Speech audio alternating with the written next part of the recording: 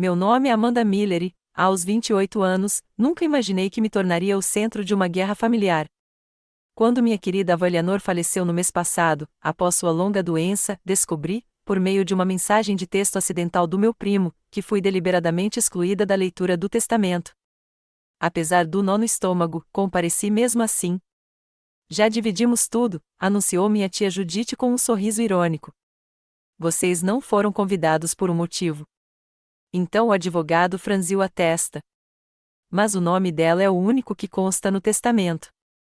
A sala ficou em um silêncio mortal. Se você já se sentiu injustamente excluído pela família, clique no botão de inscrição e deixe um comentário sobre de onde você está assistindo. Dramas familiares acontecem em todos os lugares, e estou prestes a compartilhar como o meu se desenrolou de maneiras que ninguém esperava. Crescer como filha do filho mais novo da vovó Eleanor, Robert, nem sempre foi fácil. Mas meu pai garantiu que eu tivesse uma infância feliz.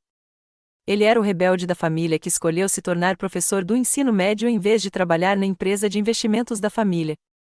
Minha mãe, Samantha, era enfermeira, e eles me criaram com valores centrados em ajudar os outros em vez de acumular riqueza. Todos os domingos, visitávamos a imponente casa vitoriana da vovó Eleanor, no bairro histórico de Boston, uma bela relíquia que estava em nossa família há gerações. Quando eu tinha 12 anos, tudo mudou. Meu pai morreu repentinamente de um aneurisma, e minha mãe teve dificuldades para lidar com a situação, tanto emocional quanto financeiramente. A vovó Eleanor interveio sem hesitar. A Amanda vai morar comigo parte da semana, anunciou a família, sem permitir discussões. Pelos 6 anos seguintes, dividi meu tempo entre o modesto apartamento da minha mãe e a casa da vovó. Enquanto minha mãe trabalhava em turnos dobrados para nos sustentar, a vovó se tornou minha segunda mãe. Você é como eu, Amanda, ela me dizia enquanto estávamos sentados em seu jardim.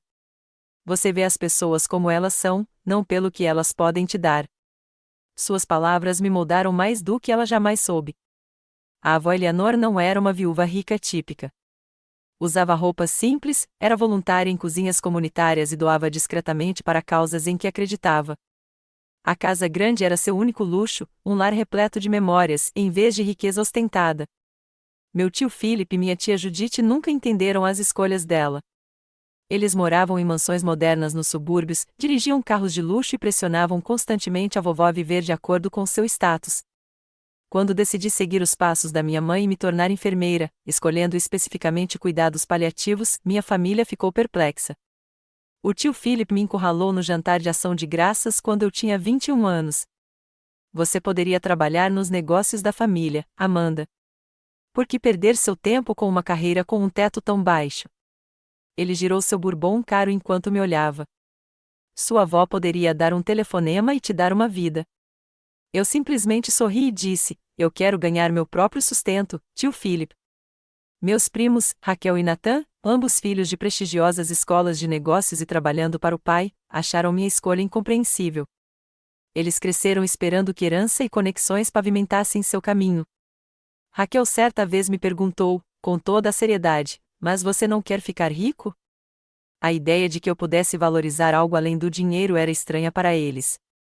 À medida que minha avó chegava aos 80 anos, sua saúde começou a piorar. Comecei a visitá-la 2 vezes por semana, levando compras, ajudando com medicamentos e, muitas vezes, apenas sentando com ela.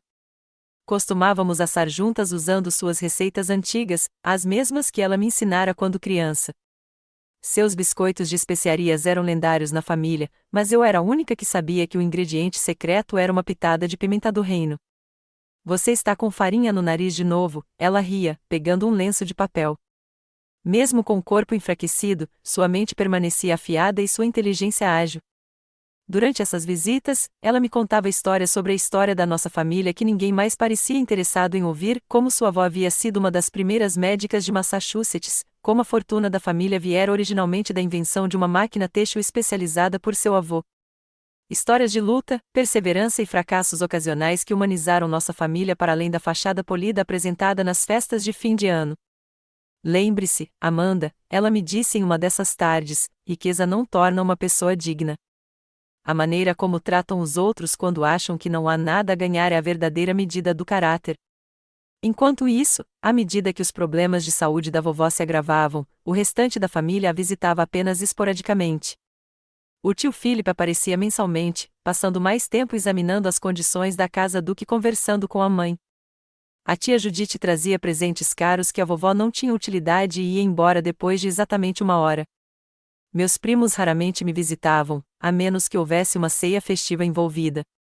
Em dezembro, antes da minha avó falecer, ela me deu uma caixinha de madeira. Esta era da minha mãe, disse ela, colocando-a em minhas mãos. Dentro havia um colar de pérolas simples, nada chamativo ou particularmente valioso. É lindo, eu disse, genuinamente emocionada. Quero que você fique com ele agora, ela insistiu. Os outros só enxergariam pérolas, mas você entenderá que o valor delas vem de quem as usou. Eu não fazia ideia, então, de que esse pequeno presente seria usado contra mim mais tarde. A última conversa que tive com a vovó, apenas uma semana antes de ela falecer, ainda ecoa na minha mente. Ela estava tendo um ótimo dia, sentada em sua cadeira favorita perto da janela. Quando eu estava prestes a sair, ela pegou minha mão com uma força surpreendente. Amanda, eu tenho observado vocês há anos, disse ela, com seus olhos azuis claros e diretos. Quero que saibam que eu vejo tudo e que em breve estarei consertando as coisas. Presumi que ela estivesse falando sobre encontrar paz antes de sua morte. Eu não fazia ideia de que ela estava planejando algo que mudaria nossas vidas para sempre. A primeira grande ruptura na nossa família aconteceu há 3 anos, quando a vovó tinha 85 anos. O tio Philip convocou uma reunião familiar na casa da vovó, supostamente para discutir os cuidados que ela teria.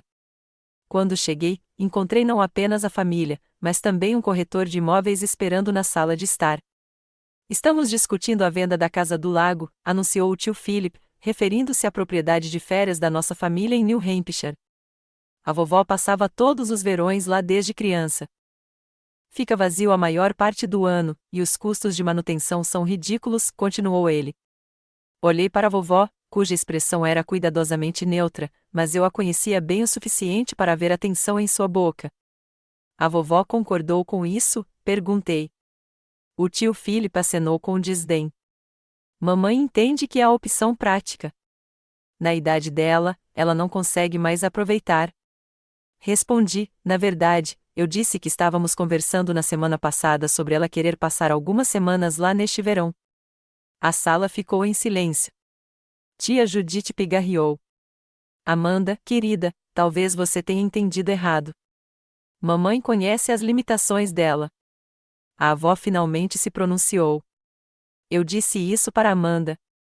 Não tenho intenção de vender minha casa no lago. A corretora de imóveis se desculpou sem jeito. Assim que ela saiu, o tio Philip se virou para mim. Você sempre faz isso, ele retrucou. Você acha que sabe o que é melhor porque passa mais tempo aqui, mas não entende as considerações financeiras. O que eu entendo, respondi calmamente, é que a vovó deve tomar suas próprias decisões sobre seus bens. Naquela noite, depois que todos foram embora, o tio Philip me encurralou na cozinha. Escute com atenção, disse ele, em voz baixa. Você pode achar que é especial para ela, mas está abusando da sorte. Não se esqueça de quem construiu a riqueza desta família, e certamente não foi seu pai. A provocação sobre meu pai me magoou, mas me mantive firme. Não se trata de dinheiro, tio Philip. Trata-se de respeitar os desejos da vovó. Daquele dia em diante, o tio Philip iniciou o que só posso descrever como uma campanha contra mim. Começou sutilmente comentários a outros familiares sobre como eu estava manipulando a vovó, insinuações de que eu estava me posicionando para receber tratamento especial no testamento. No Natal daquele ano, ficou claro que muitos membros da família se voltaram contra mim. No jantar de feriado, a tia Judite acidentalmente me excluiu da foto de família. A prima Raquel fez comentários incisivos sobre caçadores de fortunas enquanto olhava diretamente para mim. Até a irmã da minha mãe, tia Grace, que sempre fora gentil comigo, estava visivelmente distante. Depois do jantar, ouvi o tio Philip conversando com meu primo Nathan. Precisamos proteger a Eleanor da influência da Amanda. Ela a tem na palma da mão, e quem sabe o que ela está tentando convencê-la a fazer com a propriedade. Tentei abordar essas suspeitas diretamente. Enviei e-mails para meus tios e tias, explicando que não tinha interesse no dinheiro da vovó, que só queria que seus últimos anos fossem confortáveis e nos termos dela. As respostas foram, na melhor das hipóteses, mornas. Tia Judite respondeu secamente: todos nós queremos o melhor para a mamãe, enquanto outros não responderam. Na Páscoa seguinte, a família realizou uma reunião na casa do tio Philip. Não fui convidado, mas fiquei sabendo pelas redes sociais quando Raquel postou fotos. Em uma das fotos, a vovó estava sentada num canto, com uma aparência frágil e confusa. Liguei para ela naquela noite. Você gostou da reunião de Páscoa? Perguntei, cautelosamente. Foi ótimo, disse ela, depois baixou a voz. Mas eles não serviram os ovos recheados como eu gosto, e a casa do Philip é sempre muito fria. Quem me dera ter estado lá, eu disse. Houve uma pausa. Você não foi convidado? A surpresa genuína em sua voz confirmou minhas suspeitas. Ela não tinha sido informada de que eu estava excluído. À medida que a saúde da vovó piorava cada vez mais, a família começou a limitar ativamente meu acesso a ela. Tia Judite instituiu um cronograma de visitas que me reservava apenas 2 horas nas tardes de domingo, alegando que era para evitar cansar a mamãe. Quando eu chegava para essas visitas, muitas vezes encontrava uma prima ou tia decidindo de repente aparecer no mesmo horário, impossibilitando conversas privadas. Em resposta, encontrei maneiras criativas de manter nossa conexão. Eu levava almoço para compartilhar com a vovó nos meus dias de folga do Centro de Cuidados Paliativos. A auxiliar de saúde domiciliar, Maria, que realmente se importava com a vovó, às vezes me ligava diretamente quando achava que ela precisava de companhia ou estava tendo um dia particularmente bom. No último Natal antes de ela falecer, não fui convidado para a reunião de família. Recebi uma mensagem da tia Judite: vamos manter as festas de fim de ano pequenas este ano. Mamãe precisa descansar. Mais tarde, descobri pela Maria que a pequena significava todos, menos eu. Então, na véspera de Natal, deixei um pacote com Maria, os biscoitos de especiarias favoritos da vovó que costumávamos fazer juntas, um chale de cachemir macio em seu azul favorito e um álbum de fotos que criei com fotos de sua casa no lago ao longo das décadas. Quando minha avó faleceu em abril, não recebi a notícia diretamente da família. Maria me ligou chorando da casa da avó. Quando cheguei, o tio Philip e a tia Judite já estavam lá, conversando com um agente funerário sobre os preparativos. Ah, Amanda, disse tia Judite com uma doçura artificial ao me ver. Íamos te ligar, é claro. O funeral foi um desfile de política familiar. Sentei-me na terceira fileira, atrás de parentes que tinham visto a vovó talvez 2 vezes na última década. Não me pediram para falar, apesar de ter passado mais tempo com ela do que com qualquer outra pessoa nos últimos anos. O tio Philip fez um elogio que se concentrou principalmente na perspicácia empresarial do falecido marido da vovó e no legado que ele havia deixado para a família.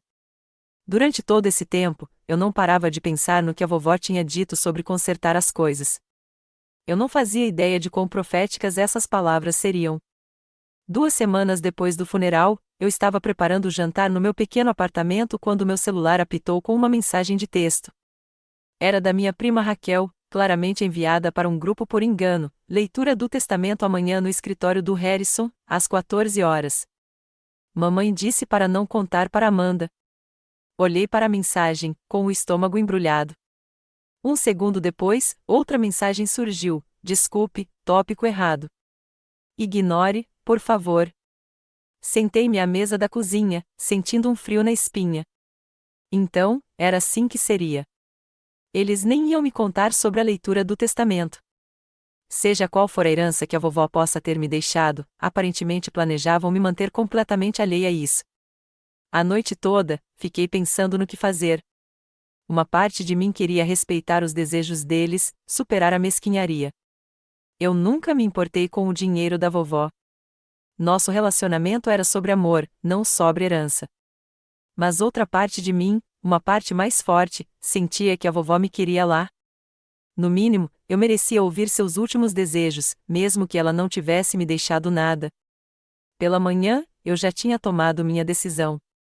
Liguei para tirar o dia de folga do trabalho, algo que raramente fazia.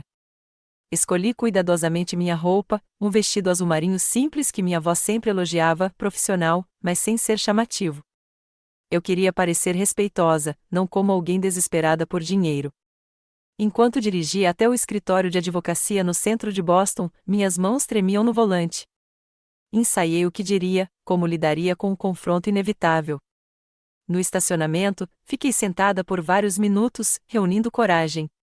Defenda-se, Amanda, quase consegui ouvir a vovó dizer. Você pertence a qualquer lugar que eu quisesse que você estivesse. O escritório de advocacia Harrison & Associates ocupava o último andar de um prédio antigo e distinto. Quando as portas do elevador se abriram, eu os vi imediatamente: tio Philip e tia Judith, meus primos Raquel e Nathan, tia Grace e seu marido Tom, e até mesmo meu primo distante Lewis, que mal falava com a vovó havia uma década. Estavam aglomerados na sala de espera, falando em voz baixa. Tia Judith me viu primeiro. Seu rosto congelou no meio da frase, mas logo se recompôs numa máscara de desaprovação. Amanda, disse ela em voz alta, fazendo com que todos se virassem. O que você está fazendo aqui? Levantei um pouco o queixo e Jack disse: estou aqui para a leitura do testamento da vovó. O tio Philip deu um passo à frente, colocando-se fisicamente entre mim e o grupo. Vocês não foram convidados. Isto é para a família. Eu sou da família, eu disse simplesmente. Você sabe o que ele quer dizer, interrompeu Raquel. Uma família que respeitava os desejos da vovó em vez de tentar influenciá-la. Antes que eu pudesse responder, uma porta se abriu e um homem idoso de cabelos grisalhos e olhos gentis apareceu. Estamos todos aqui pela propriedade de Eleanor Miller? Perguntou ele, notando a tensão. Algum problema? Tia Judith se adiantou com seu sorriso mais encantador. Senhor Harrison, parece que houve um mal-entendido. Amanda não deveria ter sido incluída na leitura de hoje. O Sr. Harrison pareceu confuso. Senhorita Amanda Miller, neta da Eleanor? Sim, sou eu, confirmei. Ele consultou a prancheta. Então vocês definitivamente deveriam estar aqui. Por favor, entrem todos. A sala de conferências era elegante, mas sem ostentação, com uma longa mesa de mogno e confortáveis cadeiras de couro. Sentei-me perto da porta, sentindo todos os olhares em mim. Os sussurros mal conseguiam ser contidos. Ela deve ter descoberto de alguma forma. Philip vai ficar furioso. Depois de tudo que ela fez com a Casa do Lago. O Sr. Harrison pigarreou, colocando a sala em ordem. Antes de começarmos, devo mencionar que fui amigo e advogado de Eleanor por mais de 30 anos. Ela foi muito específica quanto aos seus desejos, e pretendo honrá-los à risca. Ele começou a pegar uma pasta, mas tia Judith o interrompeu. Sr. Harrison, acho que devo explicar a situação para Amanda. Ela não foi convidada hoje porque já discutimos a distribuição da maioria dos itens. Não queríamos desperdiçar o seu tempo. Senti meu rosto queimar quando todos se viraram para me olhar novamente. Já dividimos tudo, anunciou minha tia, em tom definitivo. Vocês não foram convidados por um motivo. O Sr. Harrison franziu a testa, parecendo genuinamente perplexo. Receio que tenha havido um grave mal-entendido, Sra. Carter. Nada deveria ter sido distribuído ainda. Ele olhou diretamente para mim. E quanto à Sra. Amanda Miller não ter sido convidada? Ele abriu a pasta à sua frente e ajustou os óculos. Isso seria altamente irregular, considerando o conteúdo do testamento. O que você quer dizer? Perguntou o tio Philip. O Sr. Harrison ergueu os olhos, com uma expressão profissionalmente neutra, mas com algo parecido com satisfação nos olhos. Quero dizer que o nome dela é o único que consta no testamento. A sala ficou em um silêncio mortal. Senti como se todo o ar tivesse sido sugado para fora, deixando-nos num vácuo onde ninguém ousava respirar. Isso é impossível, tio Philip finalmente gaguejou. Deve haver algum engano. Garanto que não, respondeu o Sr. Harrison, com um tom que deixava claro que não era homem de cometer erros. Talvez fosse melhor eu simplesmente ler o testamento como Eleanor pretendia. O Sr. Harrison colocou os óculos de leitura e começou com uma voz clara e firme. Eu, Eleanor Catherine Miller, em sã consciência, declaro que este é meu último testamento, revogando todos os testamentos e codicilos anteriores. A linguagem jurídica formal continuou por um momento antes de ele chegar à parte crucial. Após cuidadosa consideração e observação da minha família ao longo dos últimos anos, tomei uma decisão sobre a distribuição dos meus bens.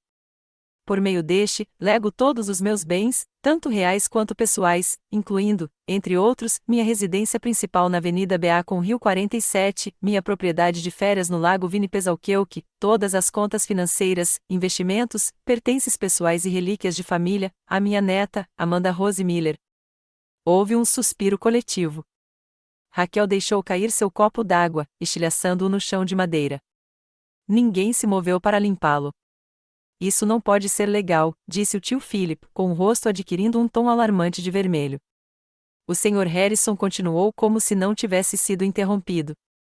Anexei uma carta pessoal explicando minhas decisões, que o Sr. Harrison entregará a Amanda em particular. No entanto, quero deixar claro que esta decisão foi tomada com plena consciência e consideração cuidadosa. Ele ergueu os olhos do documento. Há mais, mas talvez devêssemos abordar as preocupações imediatas primeiro. Tia Judite chorava agora, com o rímel escorrendo pelas bochechas.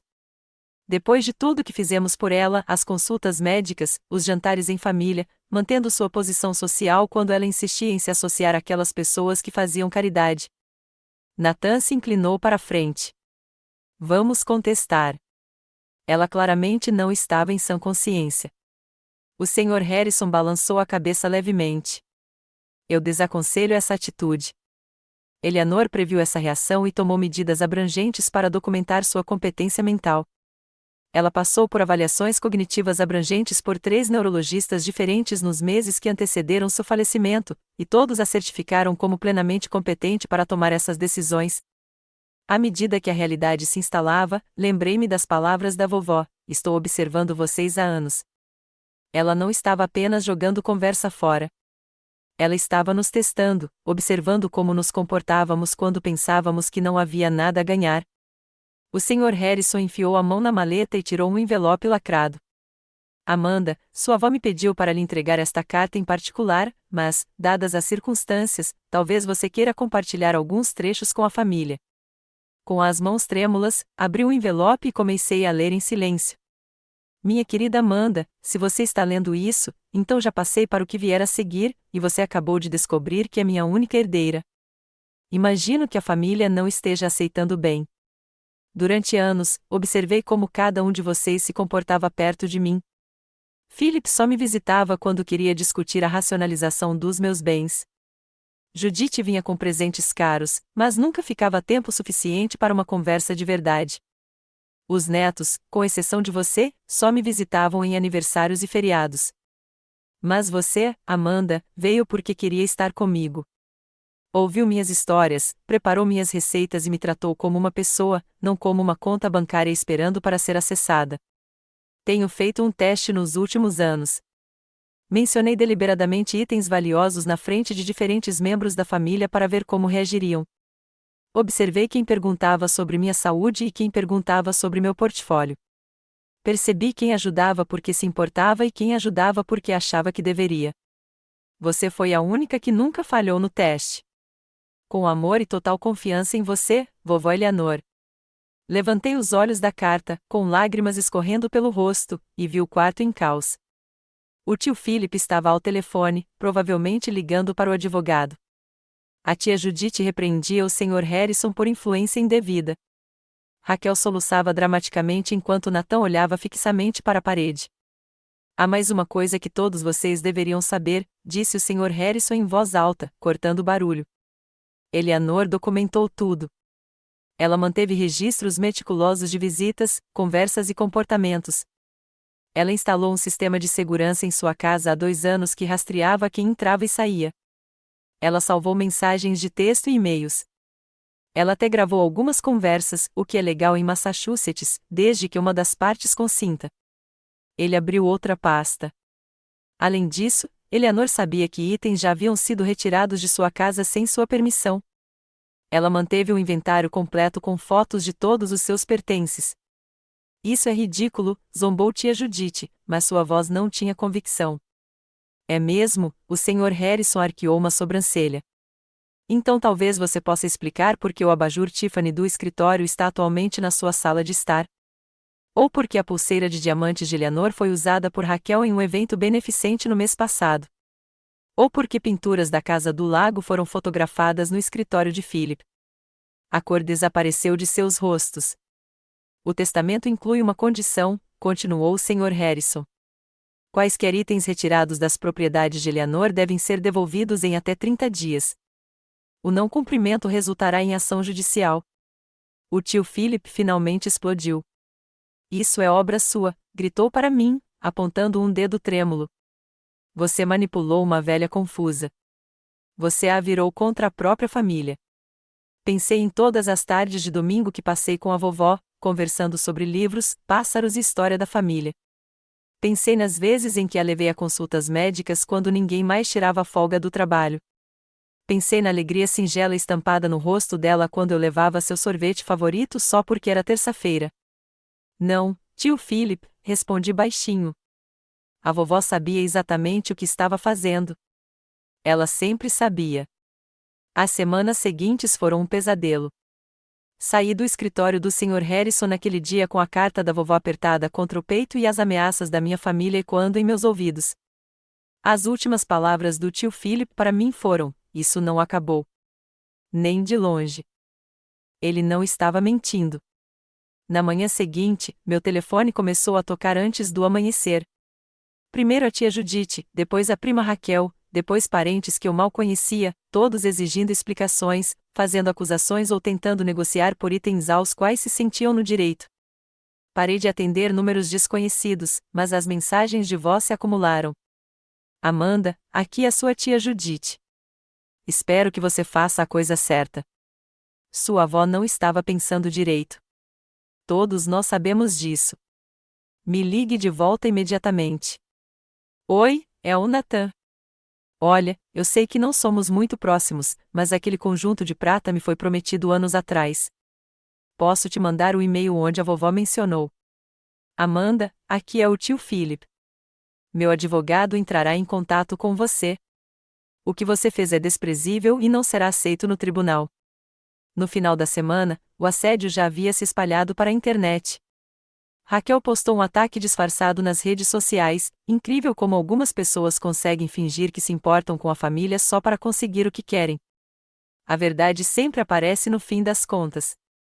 Parentes distantes com quem eu não falava há anos começaram a me enviar mensagens, seja me condenando ou tentando estabelecer uma conexão amigável, agora que eu havia herdado riqueza. Mudei meu número de telefone e bloqueei minhas contas nas redes sociais, mas o estresse estava me afetando fisicamente. Eu não conseguia dormir. Tinha dores de cabeça constantes.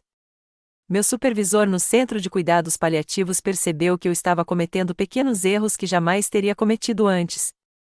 Amanda, está tudo bem? Ela perguntou depois que eu esqueci de registrar uma mudança de medicação. Isso não é típico de você. Eu me soltei e contei tudo a ela.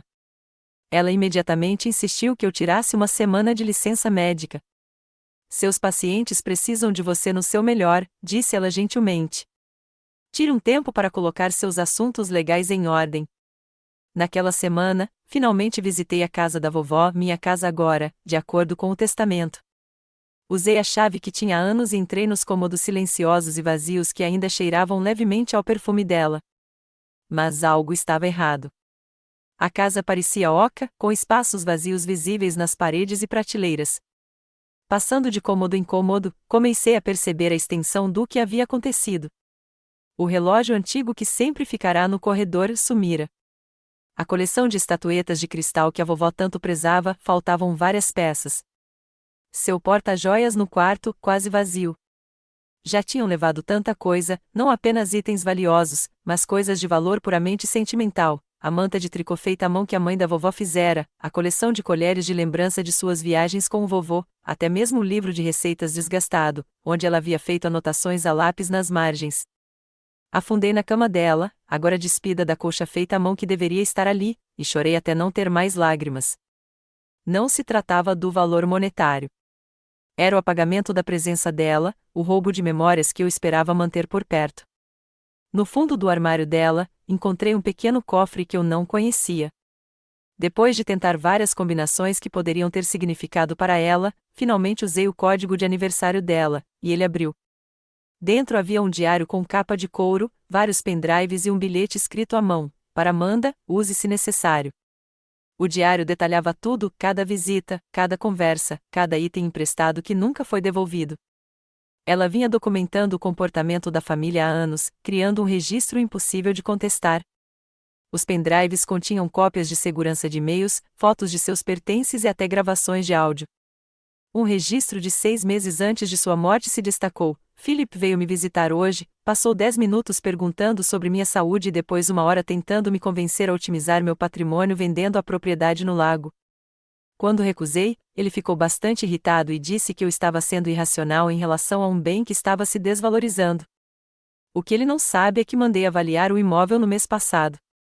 Ele vale quase o dobro do que valia quando Harold e eu compramos. Philip nunca entendeu a diferença entre preço e valor. Outra entrada foi ainda mais reveladora. Judith trouxe Raquel para uma visita a um casual hoje. Enquanto Judith me mantinha ocupada na sala de estar, Raquel desapareceu no andar de cima por quase 20 minutos. Depois que elas saíram, verifiquei minha caixa de joias. Como eu suspeitava, minha pulseira de tênis sumiu. Atualizei o inventário e tirei fotos do espaço vazio. Será que elas perceberam que há câmeras no corredor do andar de cima agora? Munido dessas evidências, entrei em contato com o Sr. Harrison novamente. Preciso revidar, disse a ele. Eles já me tiraram tanta coisa. Eleanor suspeitou que isso pudesse acontecer, disse ele, gravemente. Ela foi muito cuidadosa nos preparativos. Vou conectá-la a um advogado especializado em litígios, especializado em testamentos contestados e roubo de espólio. A advogada, Sarah Donovan, era uma mulher formidável na casa dos 50 anos, com reputação de implacável. Ela revisou a documentação da avó e imediatamente começou a redigir cartas de cessação e desistência para todos que haviam levado itens da casa. Este é um dos casos mais bem documentados que já vi, disse-me ela. Sua avó era extraordinariamente metódica. A resistência legal só intensificou a campanha da família contra mim. O tio Philip, fiel à sua palavra, entrou com uma ação judicial contestando o testamento, alegando influência indevida e falta de capacidade testamentária. A tia Judith começou a ligar para meus colegas no Centro de Cuidados Paliativos, insinuando que eu havia negligenciado pacientes para manipular minha avó. A diretora do centro me chamou à sua sala. Amanda, sei que essas acusações são infundadas, mas estão se tornando perturbadoras. Várias famílias expressaram preocupação após receberem ligações da sua tia. Minha reputação profissional, construída ao longo de anos de cuidados dedicados, estava sendo sistematicamente atacada. O estresse se tornou tão intenso que desenvolvi insônia e comecei a ter ataques de pânico. Minha médica prescreveu medicamentos para ansiedade e recomendou fortemente terapia. Seus sintomas físicos são resultado direto desse estresse contínuo, explicou ela. Esse nível de conflito familiar cria um trauma genuíno. Justo quando eu pensava que as coisas não poderiam piorar, recebi um e-mail de um repórter local pedindo um comentário sobre a disputa pela herança da família Miller, que dividiu uma das famílias mais antigas de Boston.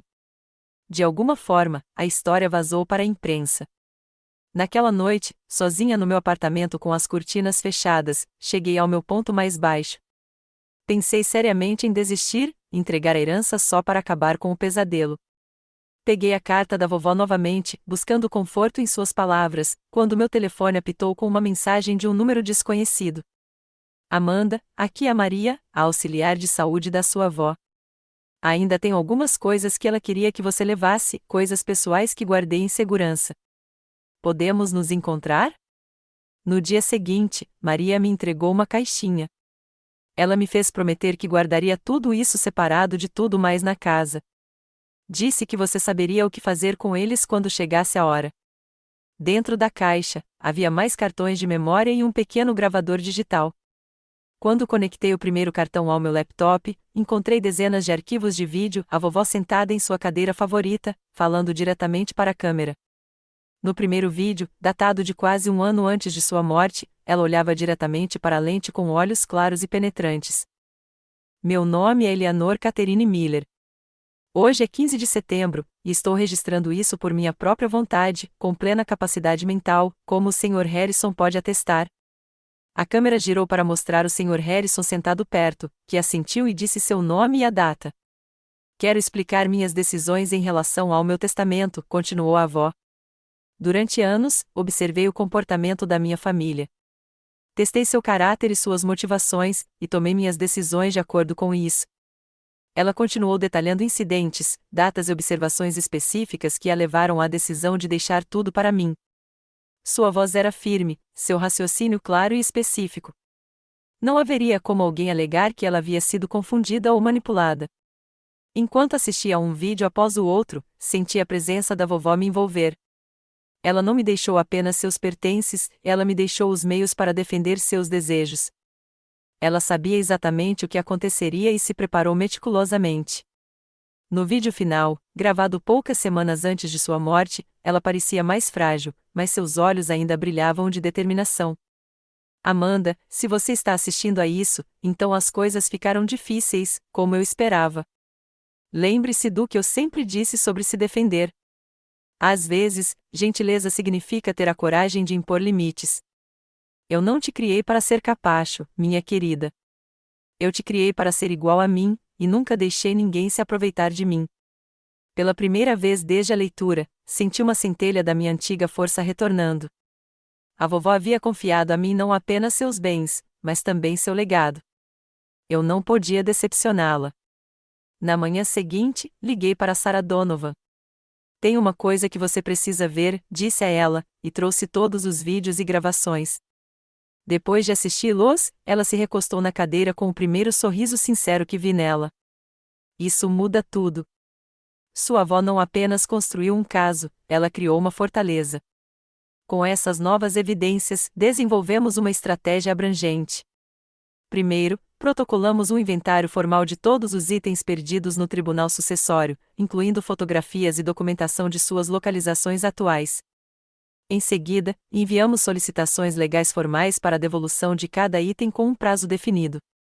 Simultaneamente, Sarah entrou com uma moção para rejeitar a ação do tio Philip contestando o testamento, anexando os vídeos da avó como provas. Nenhum juiz da comunidade decidirá contra sua avó depois de ver isso, ela me garantiu. Também entramos em contato com a equipe jurídica do Centro de Cuidados Paliativos, apresentando provas de que as acusações contra mim faziam parte de uma campanha de assédio direcionada. Eles imediatamente emitiram cartas de cessação e desistência aos meus parentes, ameaçando tomar medidas legais caso as ligações difamatórias continuassem. Para obter apoio adicional, entrei em contato com várias enfermeiras e auxiliares que cuidaram da vovó em seus últimos meses. Elas se mostraram dispostas a fornecer depoimentos sobre a frequência das minhas visitas em comparação com o restante da família. Você ia lá pelo menos 2 vezes por semana, confirmou a enfermeira Thompson. Às vezes, seu tio ficava um mês sem aparecer e depois passava a visita inteira no celular. Maria forneceu um calendário detalhado que mantinha com todos os visitantes, mostrando que eu havia visitado a vovó 64 vezes em seu último ano, enquanto o tio Philip a visitará 7 vezes e a tia Judith 9. Meus primos a visitavam apenas nos feriados. Também obtivemos registros financeiros mostrando que o tio Philip havia tomado emprestado somas substanciais da avó ao longo dos anos, sem reembolso, e que a tia Judith havia cobrado inúmeras despesas pessoais nas contas da avó sob o pretexto de custos de cuidados. Munida dessa montanha de evidências, Sarah sugeriu que convocássemos uma reunião familiar em seu escritório. Às vezes, mostrar tudo de uma vez pode evitar meses de litígios desnecessários, explicou ela. No dia da reunião, cheguei cedo, com o estômago embrulhado, apesar da nossa posição privilegiada. Um por um, eles entraram, tio Philip com seu advogado, um homem de aparência nervosa que olhava o relógio sem parar, tia Judith, que se recusava a me olhar nos olhos, primos Raquel e Nathan, ambos tentando fingir expressões entediadas que não conseguiam esconder a ansiedade.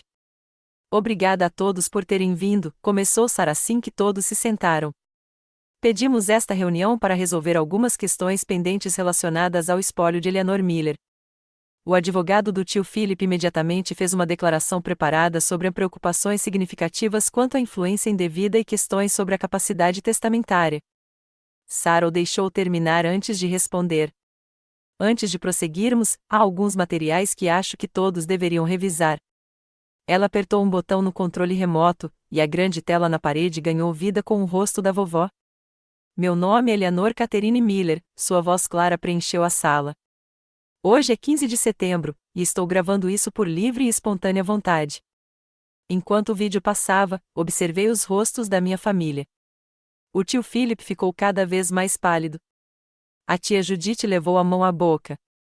Raquel começou a chorar silenciosamente. Quando terminou, Sarah simplesmente disse: há mais 17 vídeos como este, cada um abordando incidentes e decisões específicas. Eleanor Miller foi talvez a cliente mais bem preparada que já conheci. Ela mudou a tela para mostrar uma planilha. Este é o inventário atual dos itens removidos das propriedades de Eleanor sem permissão. Ao lado de cada item está sua localização, a documentação da remoção e seu valor aproximado para fins de seguro. O total atualmente é de pouco mais de $400 mil. A sala estava em silêncio absoluto. A senhora Miller está preparada para apresentar queixa criminal por furto se esses itens não forem devolvidos em 7 dias, continuou Sarah, com a voz neutra. Além disso, temos documentação de exploração financeira que pode ser do interesse do Ministério Público. O advogado do tio Philip se inclinou e sussurrou com urgência em seu ouvido. Depois de um momento, o tio Philip pigarreou: talvez todos nós tenhamos sido precipitados. As emoções ficam à flor da pele depois de uma perda como essa, especialmente quando há dinheiro envolvido. Não pude deixar de acrescentar: o dinheiro nunca foi o que importou para mim. A reunião terminou com o advogado do tio Philip solicitando um tempo para analisar as provas e aconselhar seu cliente. 2 dias depois, ele ligou para Sarah para informá-la de que retirariam a ação judicial que contestava o testamento.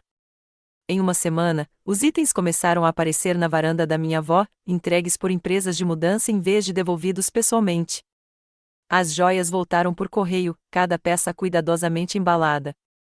Sem bilhetes, sem desculpas, mas pelo menos estavam cumprindo o combinado. Eu não esperava receber notícias diretamente de nenhum deles, então fiquei surpresa quando tia Judite me ligou diretamente.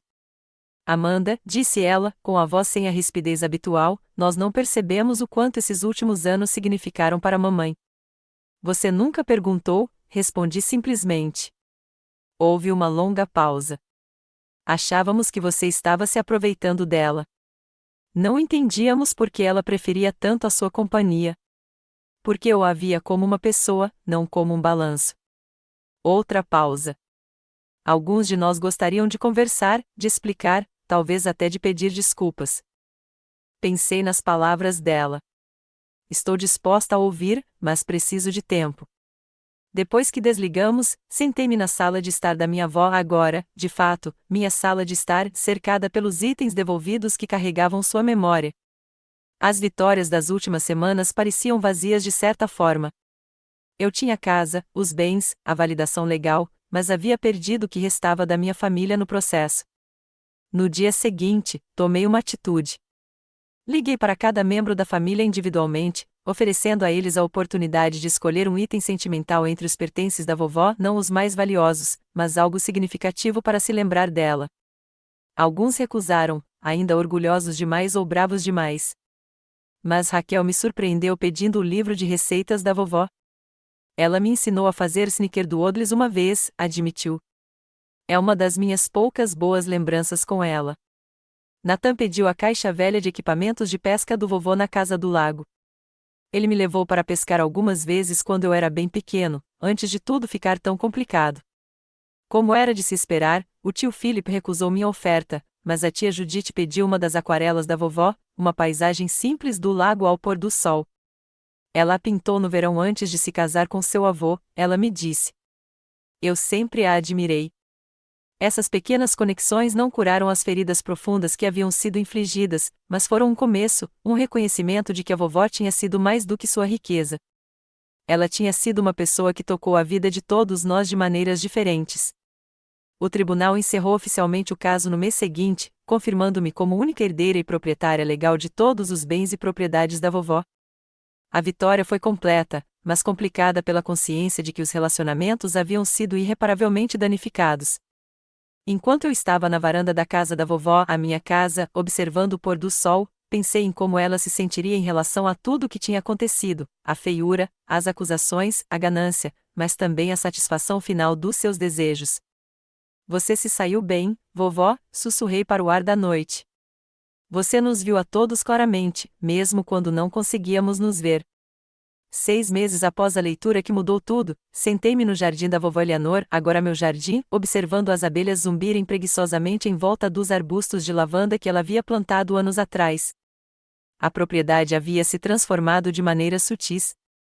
Eu mantive o caráter e o aconchego que ela cultivara, mas adicionei toques que refletiam minha própria personalidade, novas estantes no escritório, um pequeno cantinho de meditação na varanda, sinos de vento pendurados no teto da varanda. A casa não parecia mais assombrada por conflitos. Ela havia se tornado um santuário novamente, assim como durante minhas visitas na infância.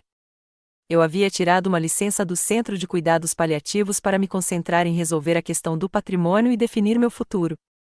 A herança me deu opções que eu jamais imaginei ter, mas também responsabilidades com as quais eu ainda estava aprendendo a lidar. Numa tarde chuvosa, enquanto organizava a mesa da vovó, encontrei um envelope que, por algum motivo, não tinha visto em limpezas anteriores. Estava endereçado simplesmente a Amanda, depois que tudo estiver resolvido. Dentro, havia uma carta escrita à mão no papel timbrado característico da vovó. Minha querida Amanda, se você está lendo isso, então a tempestade já passou. Conhecendo nossa família, provavelmente era um furacão de categoria 5, mas eu tinha plena confiança na sua força e resiliência. Preciso explicar algo que não consegui colocar nos meus documentos oficiais. Esta herança nunca teve a intenção de punir os outros, embora eu tenha certeza de que foi assim que eles a enxergaram. Tratava-se de reconhecer o coração que bate tão forte em você, o mesmo coração que meu Harold tinha, o mesmo coração que seu pai, Robert, herdou. O dinheiro muda as pessoas, Amanda. Eu vi isso acontecer a vida toda. Pode trazer à tona o egoísmo, a arrogância e a crueldade. Mas, ocasionalmente, muito ocasionalmente, ele encontra o caminho para alguém que entende seu verdadeiro propósito, criar segurança que permita a generosidade. Eu escolhi você não porque você era perfeita ou porque nunca me decepcionou. Eu escolhi você porque, quando você cometeu erros, você os assumiu. Quando discordou de mim, você o fez com respeito. Quando me ajudou, você o fez sem esperar recompensa. Os outros dirão que fui manipulado ou confundido. Mas a verdade é mais simples. Eu queria meu legado nas mãos de alguém que honrasse seu espírito, não apenas preservasse seu valor. Agora, um conselho do além. Não deixe que essa riqueza mude quem você é, use-a para se tornar mais autêntico. Faça aquela viagem à Itália de que sempre falamos. Financie aquele programa de cuidados paliativos pediátricos que você sonhava em criar. Mantenha a casa do lago na família, um dia, você poderá ter filhos que a amarão como nós a amávamos. E talvez, quando as feridas estiverem curadas o suficiente, encontre maneiras de incluir a família novamente, não porque eles mereçam, mas porque a conexão importa. Estabeleça limites, certamente, eu não fui criada para ser influenciável, e você também não, mas deixe espaço para crescimento e reconciliação. Eu te amo, minha querida menina. Tenho muito orgulho da mulher que você se tornou. Vovó Eleanor. Lágrimas escorriam pelo meu rosto enquanto eu lia e relia suas palavras. Mesmo agora, ela me guiava, oferecendo sabedoria e permissão para trilhar meu próprio caminho. Nas semanas seguintes, comecei a implementar as sugestões dela. Criei a Bolsa de Estudos Eleanor Miller Memorial na escola de enfermagem que frequentei, especificamente para estudantes interessados em cuidados paliativos e cuidados paliativos. Comecei a tramitar a criação de uma fundação focada em apoiar idosos sem apoio familiar, pessoas que, ao contrário da minha avó, não tinham ninguém para defendê-las em seus últimos anos. Fiz aquela viagem à Itália, visitando a pequena vila na Toscana onde os pais da minha avó nasceram. Caminhando pelas mesmas ruas de paralelepípedos que eles percorreram, senti uma conexão com a minha história que transcendia o recente conflito familiar. Quanto à família em si, a cura veio em pequenos momentos inesperados. A prima Raquel foi a primeira a entrar em contato, perguntando se poderíamos tomar um café. Ela trouxe fotos da sua filhinha, a quem dera o nome de Eleanor. Quero que ela conheça as histórias reais da família, explicou Raquel, sem jeito. Não apenas as versões rebuscadas que contamos em eventos beneficentes. Você estaria disposta a compartilhar algumas das suas memórias com ela algum dia? Natan me convidou para o casamento dele, embora eu suspeitasse que a noiva dele tivesse insistido. Mesmo assim, quando fui, ele fez questão de me apresentar a todos como a minha prima que administra a Fundação Eleanor Miller. Não foi uma atitude calorosa, mas foi um reconhecimento. Tia Judite permaneceu distante, mas enviou um cartão de Natal com um breve bilhete. Sua avó ficaria orgulhosa do que você está fazendo com a fundação. Vindo dela, era praticamente um sinal de paz. Tio Philip nunca apareceu. Algumas feridas são profundas demais, alguns orgulhos são rígidos demais para serem dobrados. Fiz as pazes com essa realidade, mas deixei a porta aberta caso ele mudasse de ideia. A maior cura veio através de uma conexão inesperada. Durante um evento da fundação, conheci o sobrinho da minha avó, Lucas, primo do meu pai, que havia se mudado para a Califórnia décadas atrás. Ele havia perdido o contato com a família, mas guardava boas lembranças da minha avó e do meu pai. Robert era o melhor de nós, ele me disse durante o jantar. Ele escolheu o ensino em vez do dinheiro, o sustento em vez do status. Eleanor o adorava por viver de forma autêntica.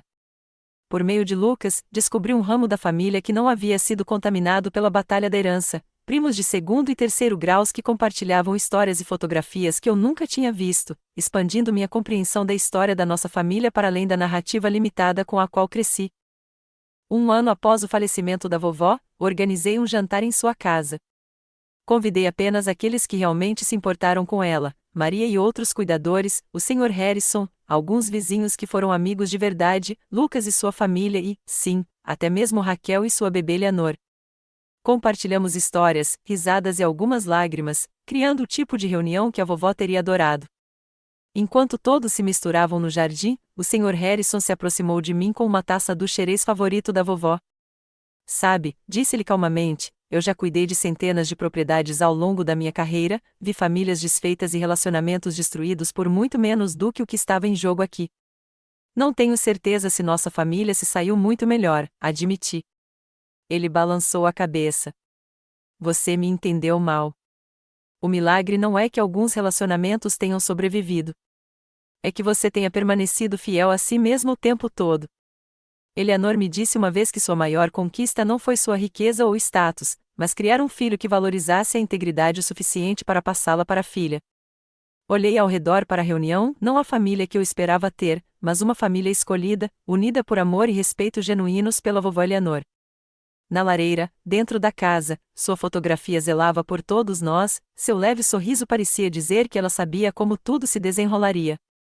A herança me custou relacionamentos, mas me deu algo muito mais valioso, a liberdade de viver de acordo com meus próprios valores, assim como meu pai fizera, assim como minha avó me ensinara.